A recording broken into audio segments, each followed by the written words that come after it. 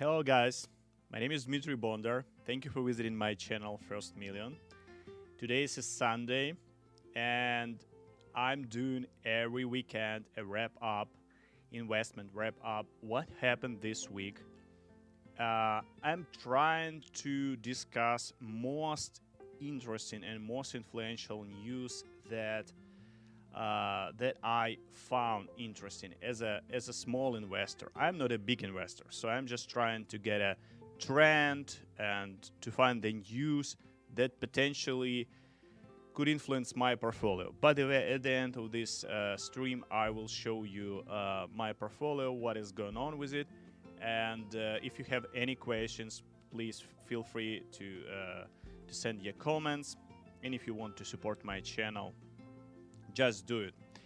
Okay, this week was pretty intensive, and I want to tell you what I'll show you today. First of all, we will talk about US home sales, and it seems like house market is cooling. I will show you some data. I will show some data from Austin, one of the hottest markets, and you can make your own decision. The second news will be about a story from China and Evergrande. What is going on with this company? Potentially, Evergrande default can lead to very serious consequences in China and abroad.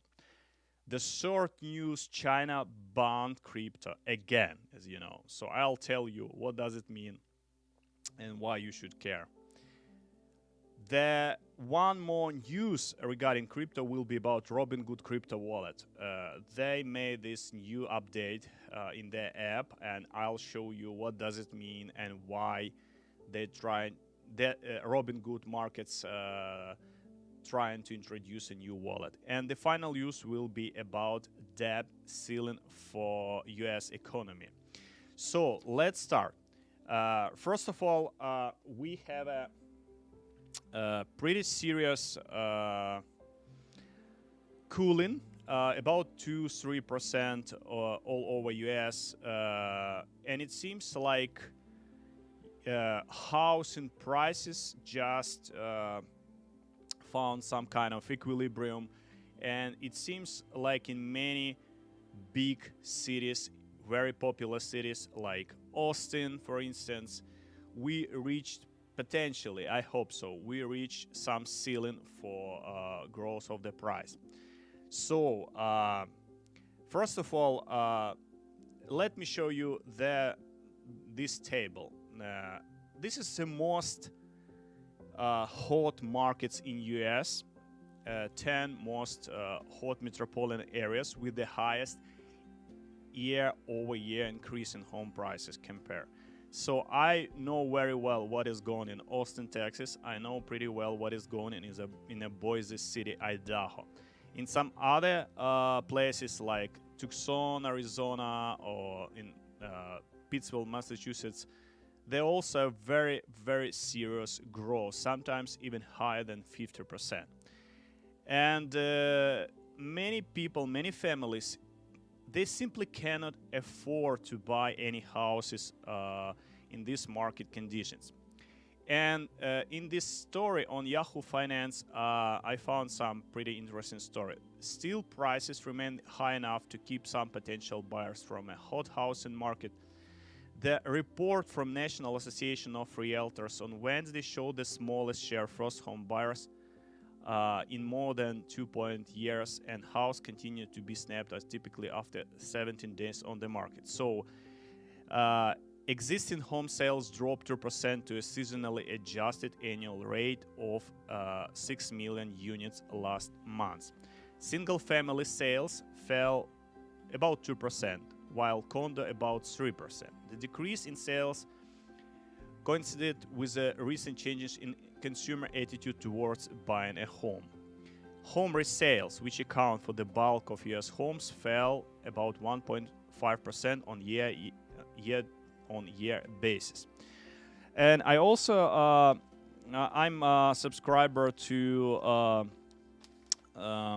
North Austin edition of Community Impact, and they have a housing prices statistics, and it seems like it's also, decreasing in some way. So very soon we will see maybe more significant decrease than it's right now. But at this moment, for instance, in the one of the hottest part of Austin, in northwest part of Austin, home prices begin to decline. The only one very serious reason why in some parts of Austin it's still growing, let me show it. It's a big corporations. I hope you see it. Big corporations like Apple, they invested $1 billion in a southern part of Austin. Tesla, for instance, 1.1 billion. And right now there is a discussion with Samsung. They want to invest $17 billion and bring about 2,000 new jobs to the area. It's a northern part of Austin, a little bit far from Austin, but they want to invest such a huge amount of money. And that's only, in my opinion, only one reason why some places are still growing. So potentially we could see decline on the housing market because it's overheated. The first reason. We're also expecting some economical changes, some big changes in economy. Potentially there could be a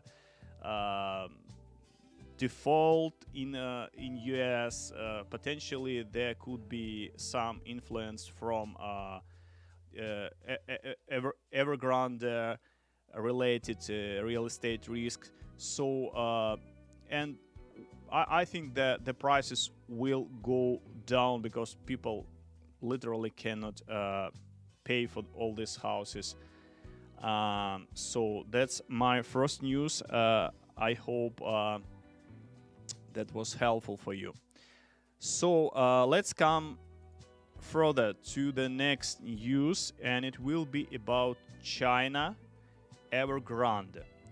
If you didn't see my previous video on the channel about Evergrande, I highly recommend to check it. And just for your information, Evergrande is one of the biggest developer in China, and they are so huge that they built at least at least 2, maybe 300 cities in China. And China Evergrande company was one of the most debt, one of the biggest company in China who took so much debt that they wasn't able to repay it. So last week this story began. A lot of investors were very scared, and they just sold their shares, so stocks just went down. And China government decided to step in this process and try to solve this problem. This company is too big to fail, in my opinion, so we could expect different outcomes of this story. But China Evergrande main onshore unit said in a filing on Wednesday that an interest payment due Thursday, last Thursday, has been resolved via negotiations with a clearing house. So what does it mean? They had to pay, but in some way they prolonged. Maybe they got some kind of new date for repayment. But this story is just in the beginning, because they have to pay a new bond. They have a lot of bond issued in the past, and the new interest have to be paid next week. In the coming week.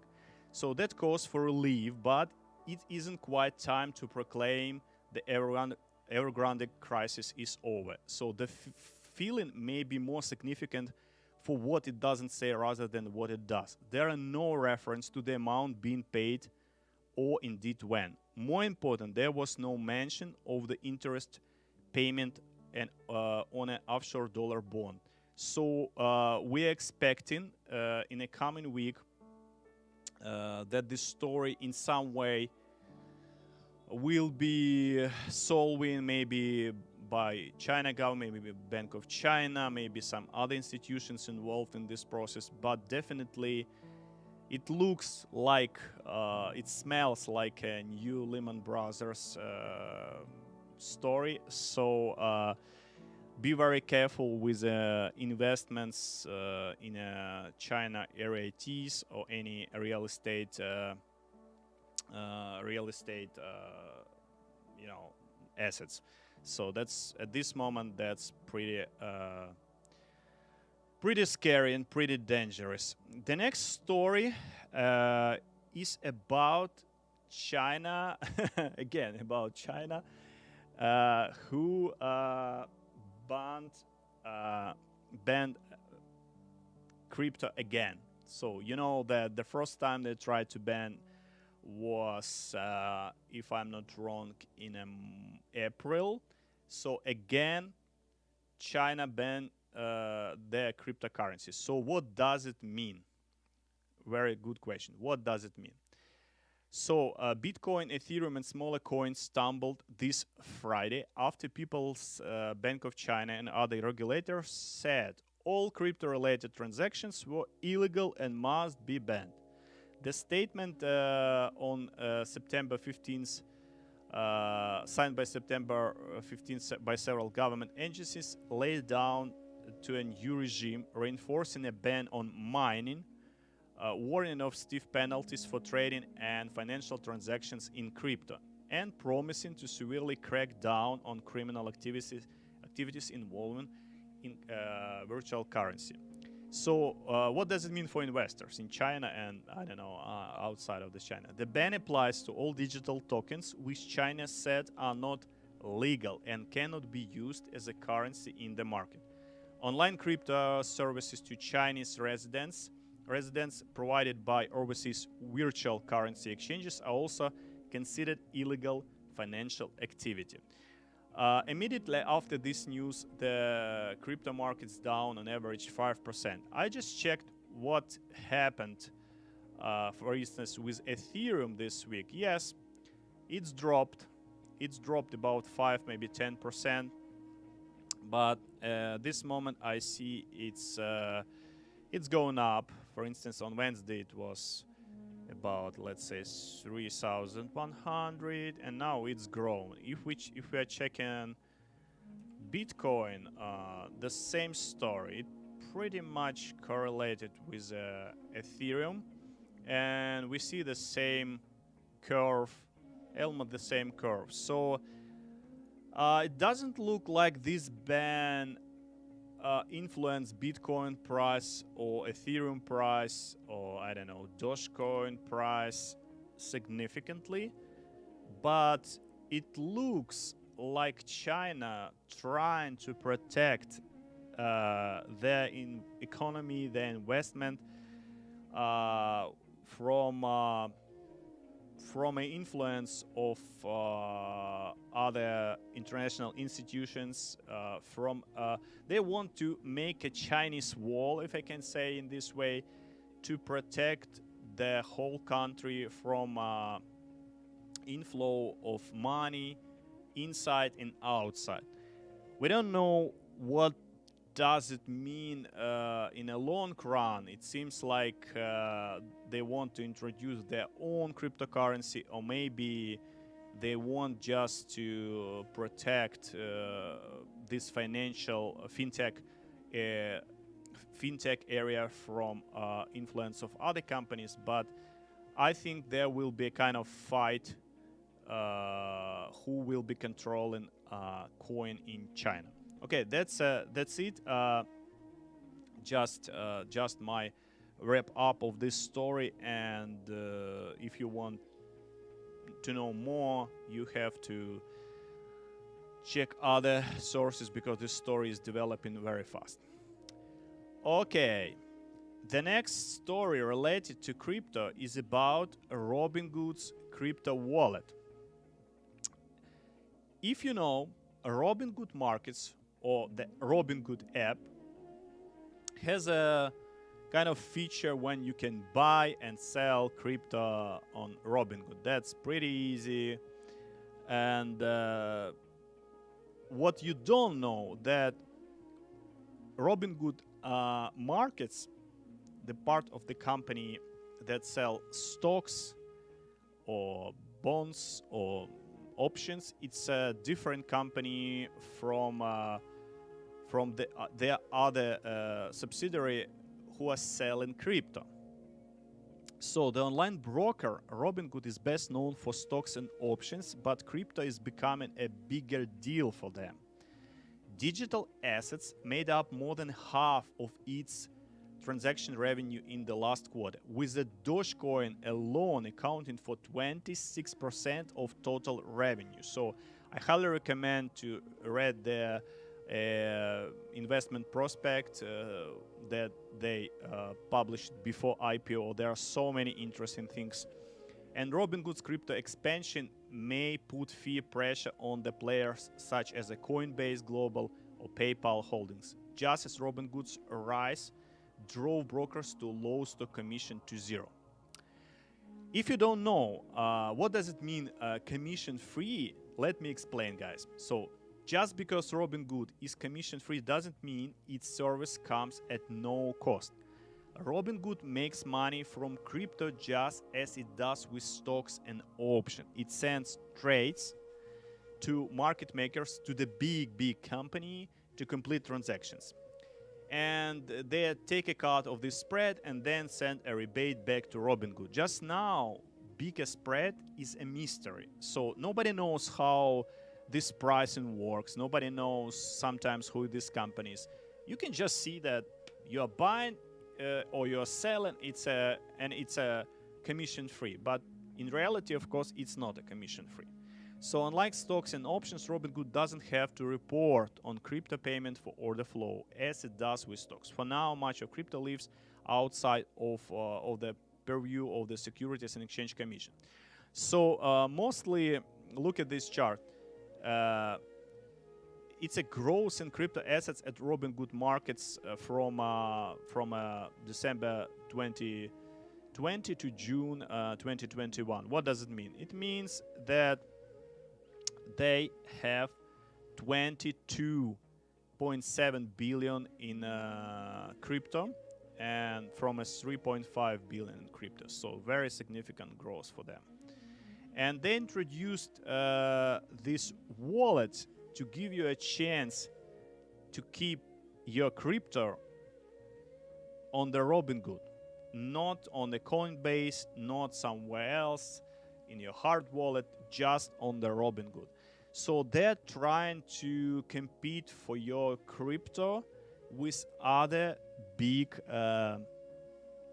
crypto companies like Coinbase or BlockFi. And what I realized several days ago that, for instance, BlockFi, by the way, I have a link below if you want to sign up. Yes, they're paying interest on your crypto, but potentially BlockFi could be banned in several states. At least at this moment, there is a court here in New Jersey and in Texas, in my lovely Texas. So potentially BlockFi could be banned in several states.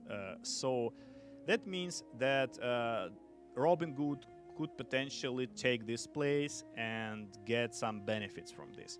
So you can check this new feature from Robinhood. I have a link in the description, so you can try Robinhood. Worth of trying. I personally prefer Webull, but anyway, Robinhood is a good app.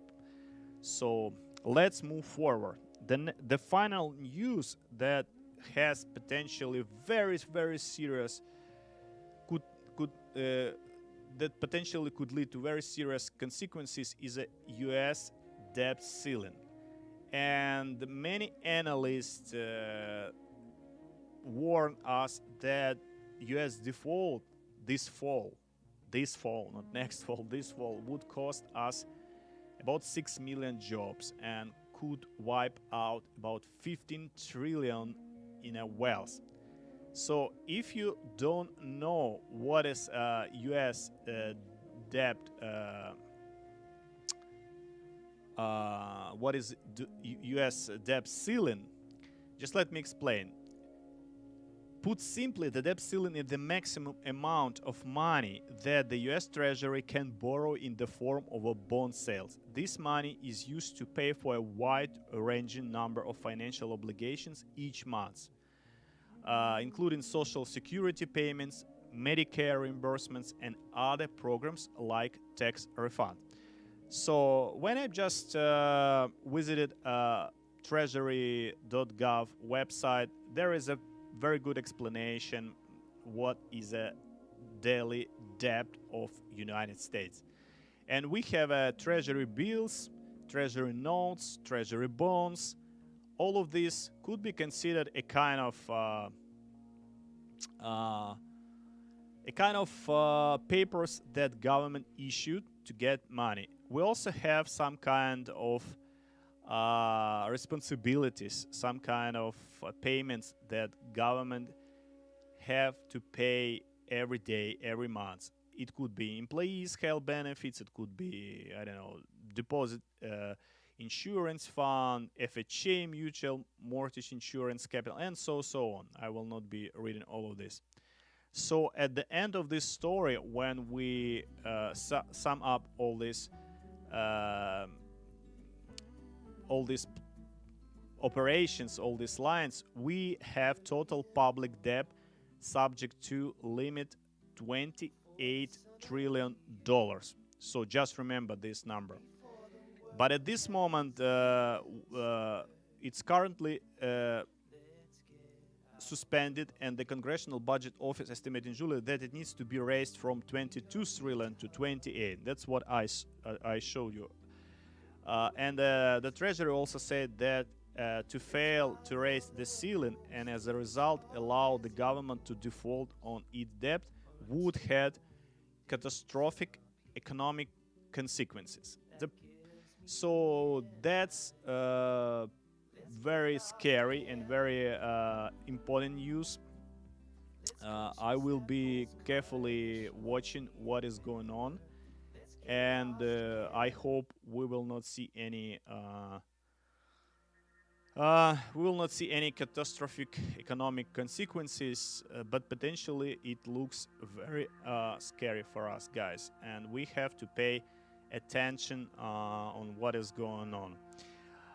I have plans to cash out some of my investments and to have some cash.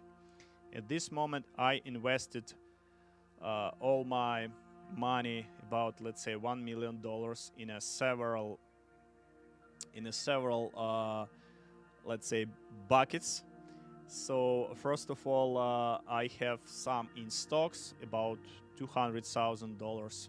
Mostly high-tech companies. Mostly I use Webull for this kind of investments. If I want swing trading, if I want quickly buy something or sell something, I'm using Webull.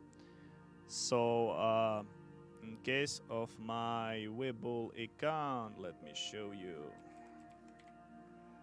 I mostly invested in Apple, Amazon, PayPal, Redfin, some high-tech companies that I have high conviction, and I also have some companies like McDonald's, Costco, and some other a little bit small, very small portion in Chinese stocks. So that's a first part of my investment in stocks. The second part of my investments is a fundraise, so it's a real estate. They are very well diversified all over US. They have about, I think, about 50 different real estate investments. So I invested about $150,000 in a fundraise Why I'm doing this? Just because I feel that Fundrise helps me to be in the real estate market, but not to be an active manager of all these properties, because I simply don't have money. I run in my company, so with a Fundrise I can be in several projects in a 20. Oh, I'm wrong. You see, I have investment, small portion of investments in 232 projects all over US, and most of these projects they are in a southern belt of United States. So that helps me to grow, to get a net returns at this date about 20,000. That's the second portion of my investment. It's growing pretty good. I have a long-term growth strategy, and I think that's a good and right strategy to be in the real estate market. If you want to get more information about Fundrise, check my videos on the channel. There are several videos about Fundrise, and follow my link in the description if you want to get a commission-free period of time when you can invest with a Fundrise. I have not very big portion of money invested in a crypto, so mostly hold on please, just let me change the volume of music. I have some investment in a BlockFi, in a crypto, about maybe 30,000 in Bitcoin and Ethereum. I'm not ready to be fully invested in crypto. Yeah, and also I have pretty passive investments in a Betterment, the platform that helps me to be in index funds and to help me let me show you, to help me not to worry what is going on with all these indexes, so they rebalance my investment on a daily basis, on a weekly basis, and yeah, that's pretty big chunk of my investments on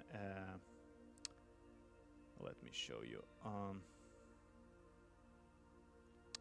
yes, in a index funds, so about 300,000, and this year it helps me to get a net profit about $33,000. I think that's a very ridiculous year, and that's why all these index funds outperformed active managers, active investments, and if you check their portfolio analysis, you will see that they are mostly investing in a US large cap companies, mid cap, small cap, some international developed markets. It's pretty well diversified portfolio, mostly built with index funds or ETFs. So all this week my wealth were growing. I'm still watching very carefully what is going on the market.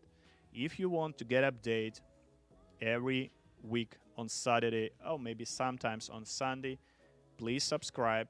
Please leave any comments, any questions. I'll be happy to speak with you guys and share my experience, my ideas. Thank you for watching. Thank you for being with me, and I wish you good luck, guys, with your investments. Bye.